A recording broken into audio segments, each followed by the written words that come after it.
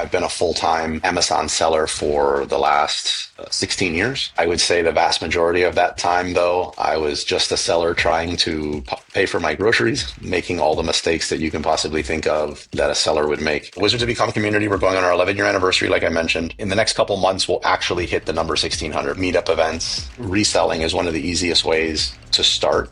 And you never have to leave. Like, you could totally just stay as a reseller and have a great life and make great money. Making sure you have the right people in the room and that you're clearly communicating that while also empowering people is what creates a great networking event. In our community, we make sure that, somebody, first of all, knows what would be the biggest win for you or kind of where you're at, and not just putting you with someone who can help you, but connecting you with someone who you can help, even as a beginner, because if you're a beginner, you started, and then somebody else is thinking about starting, and you know what they want to know right now. Hello and welcome to Seller Assistant Talks. I'm Oleg Kuzmenkov, the founder of Seller Assistant. Our tool designed for search and analyzing products for wholesale and online arbitrage on Amazon. We help thousands of sellers to run and grow their business. In this podcast, we dive deep into the world of selling on Amazon, sharing insights, tips, and strategies to help you succeed. We bring in industry experts, successful sellers, and partners to share their knowledge and experience with you. In this episode, we are going to talk on how networking helps sellers to learn about Amazon and stay motivated. If you like this subject, hit the like button and subscribe to the channel and leave your comment below. We'll answer all the questions. Our today's guest is Carlos Alvarez. He is the founder of the world's largest Amazon seller meetup group, Wizards of Ecom, and also he is a 9-figure seller on Amazon. Carlos is passionate about community building, and he regularly shares his insight through his free education events, his popular Wizard of Ecom podcast, and strategic consulting. Hi, Carlos. How are you? How's it going, man? Long time no see. You were just in Miami. I'm already looking forward to you coming back.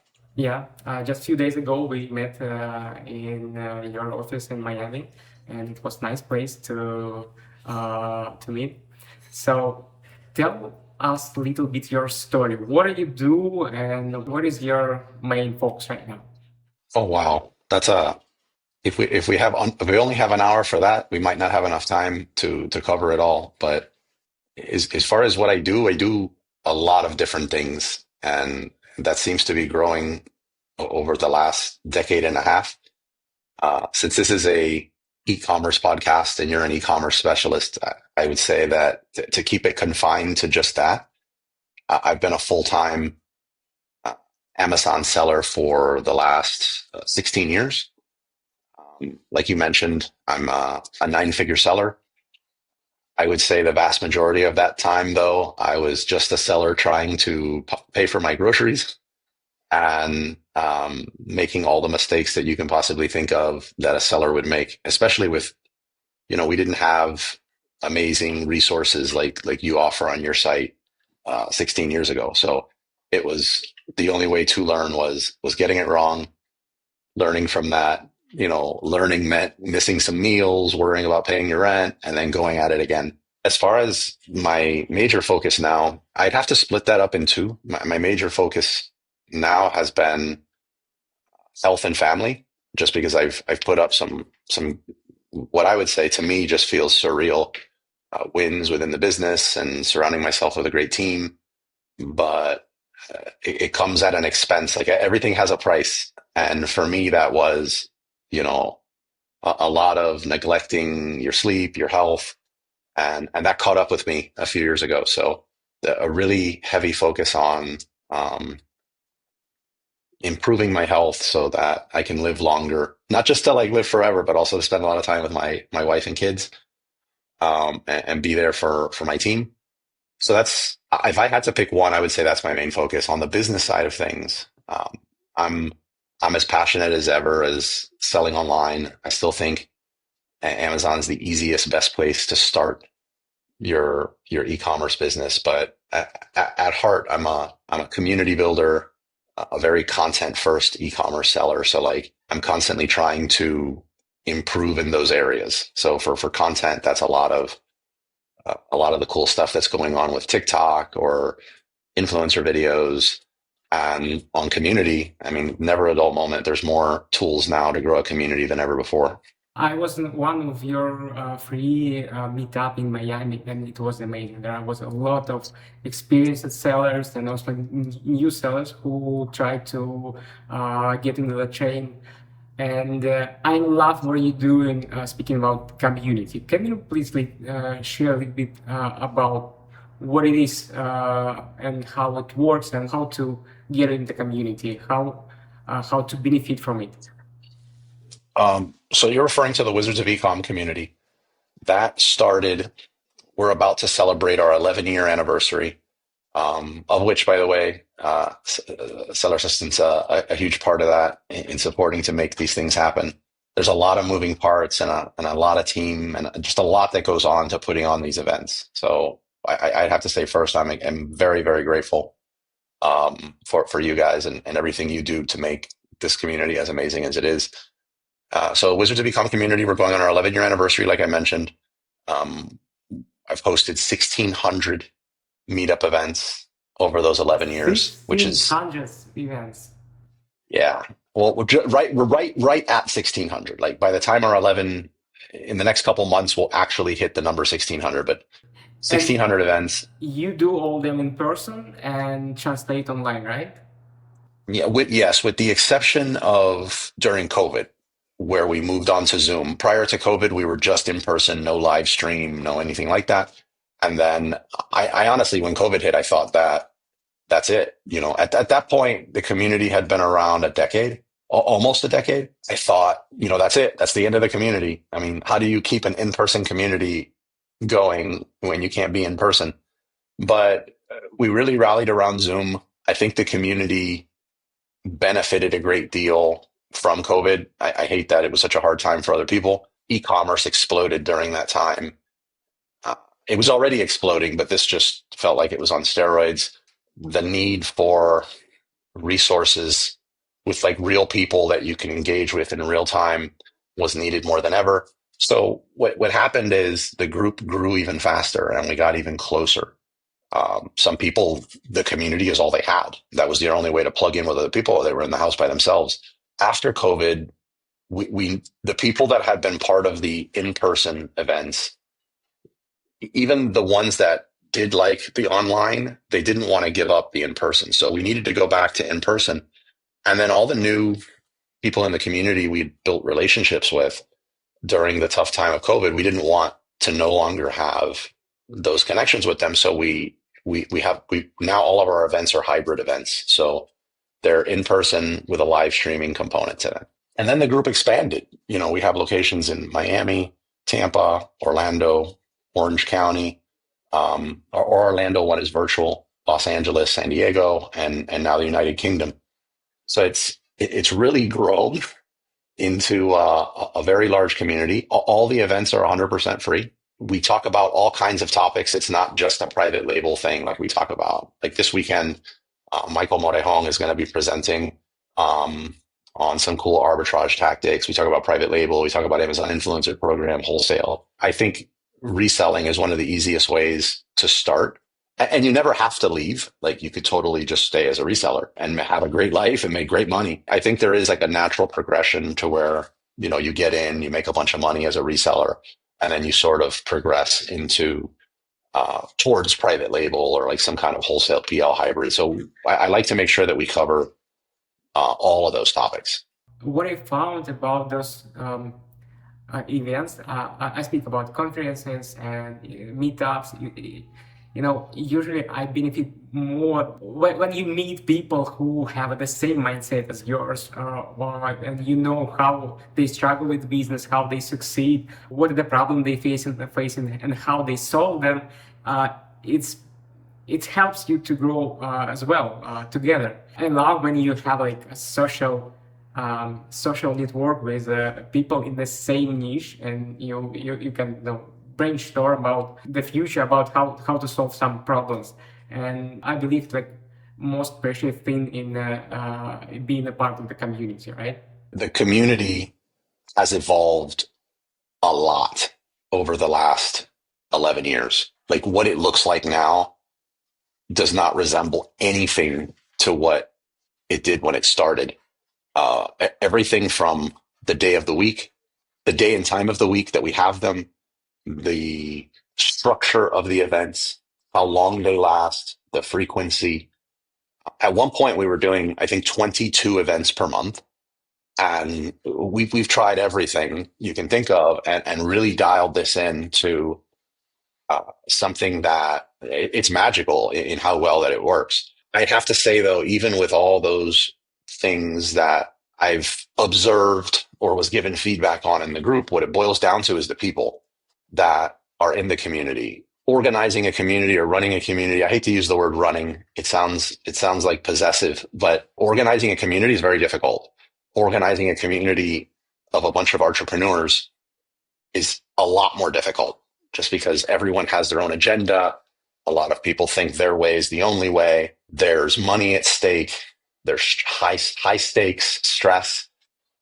So making sure you have the right people in the room and that you're clearly communicating that while also empowering people is what creates a great networking event. I'm sure, some of your listeners of the show will be able to draw on a memory where they were somewhere and there was a lot of people around them that shared the same passion for a subject and found themselves just like standing at the bar, not talking to anyone.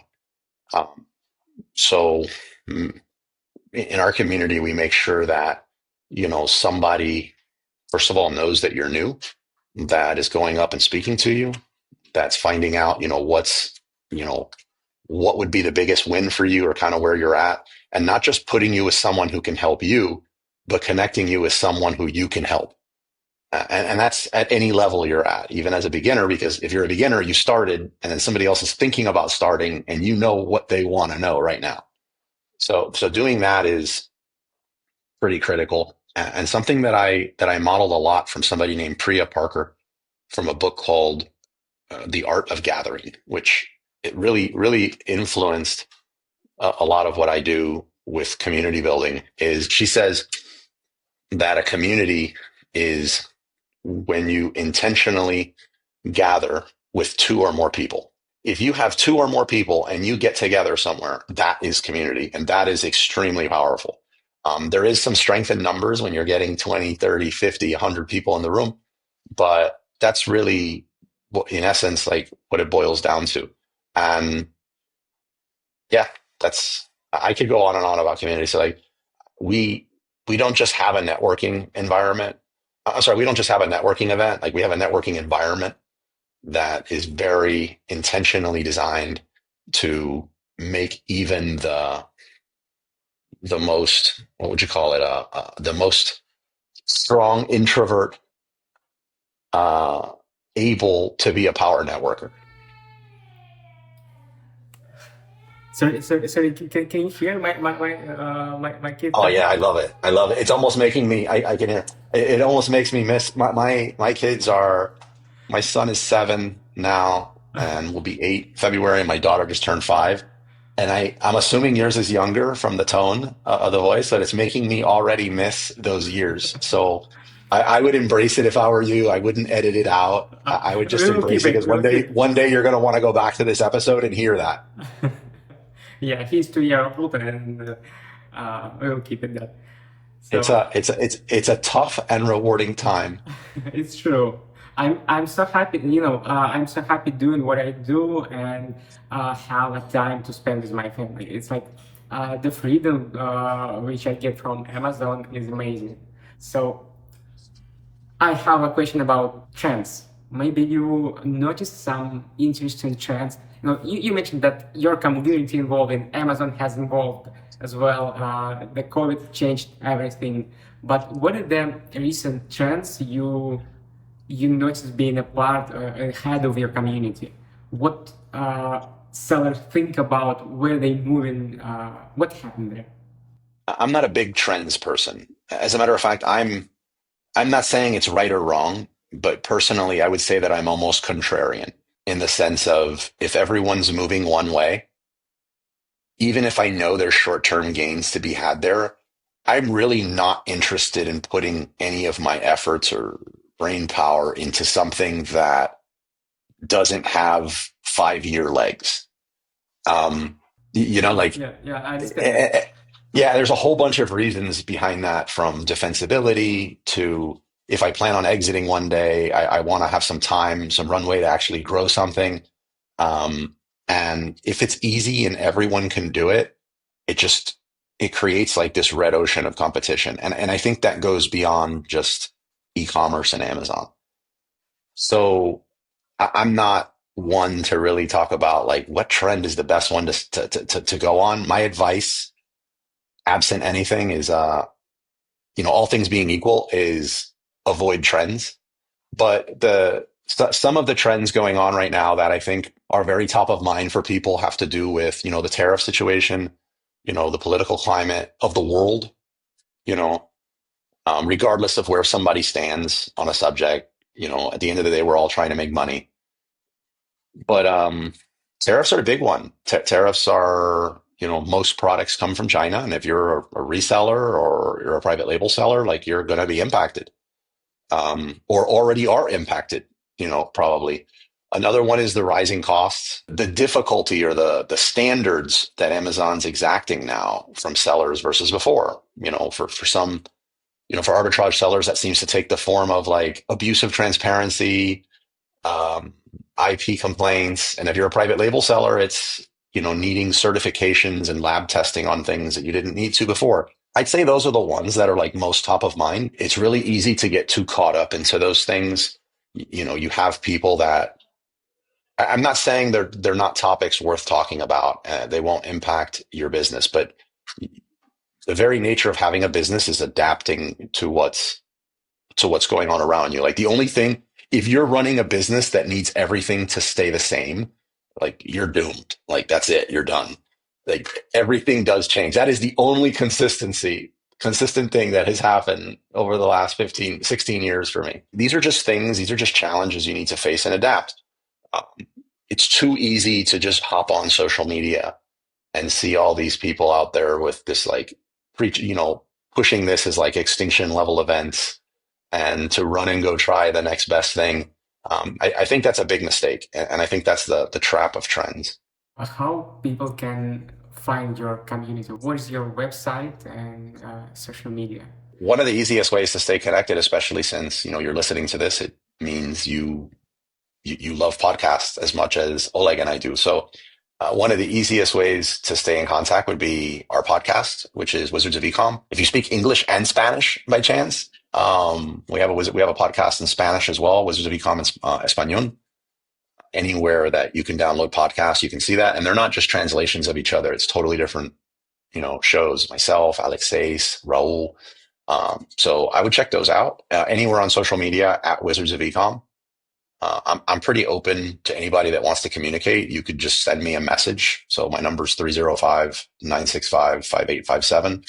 It's shocking how few people actually will act on that and send a text. But if you do, and you send me your name, I'll answer. It's me. As far as finding the meetup group, I would go to wizardsofecom.com/events, and you'll see all of our meetups listed there. Or you can just message me with the number I gave you, and I'll send you a link. Great.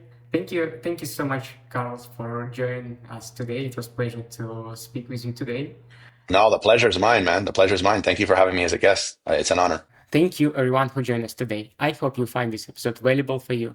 Hit the like button, subscribe to the channel to stay up to date, and see you in next video. Bye.